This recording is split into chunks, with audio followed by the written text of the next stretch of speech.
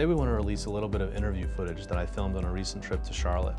I want to introduce you to my friend and neighbor, Dianne English. She's the director of the Community Building Initiative in Charlotte, and she's been a great friend of mine for many years and was one of our first allies on this project. I sat down to talk to her a little bit about her feelings about Amendment 1, how she saw it all happening, and how she thinks we're going to be moving forward on this issue. There was, at the beginning of 2012, the beginning, at least, of a greater understanding that this indeed was going to be happening in North Carolina on a specific date. And even then, I think it took a lot of us a while to understand. What was it called? Was it the First Amendment? Certainly not. Even what to call it. The Marriage Amendment, Amendment 1, the Gay Marriage Amendment. It just took a while for the focus to get sharpened as to what was really happening and what was at stake. Although it was a very short amendment, it was, the language, it was not whereas. It was a very short amendment. It had deep implications and ones that people really didn't understand, because most of us don't understand what's on the books anyway.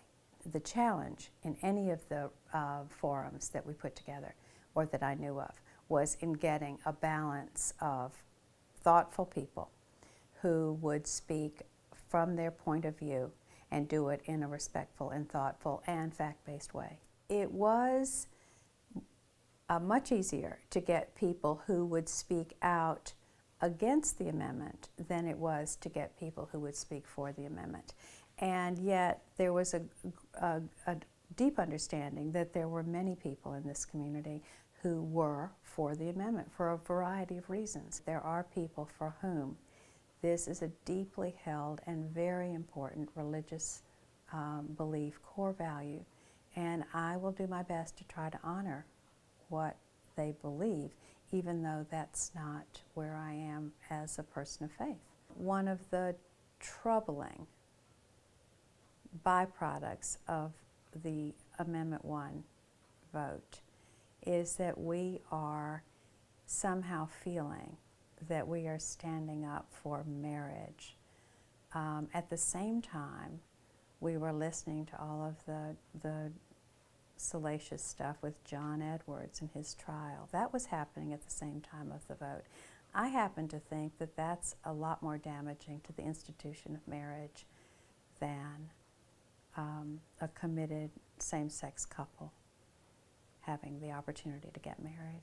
I went to a wedding shortly before the vote, and I sat there and listened to the vows that were given and the promises that were made. And with the exception of procreation, I didn't hear a single thing in that service that could not be affirmed by a same-sex couple. It's not that all of the people I know who may be gay or lesbian, transgender, whatever, want to get married. What they want, I believe, is what I want. I want to be regarded as a full participant in my community and in my state. I want to feel that I have access to the benefits that are due me as a citizen of North Carolina, as a citizen of the United States, as a human being. It's very nuanced, it's multi-layered, it's multi-leveled.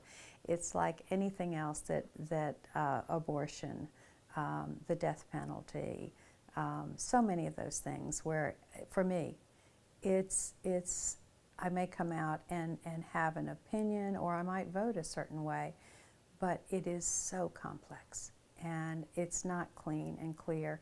For some people it must be. It's this or that, it's black or white.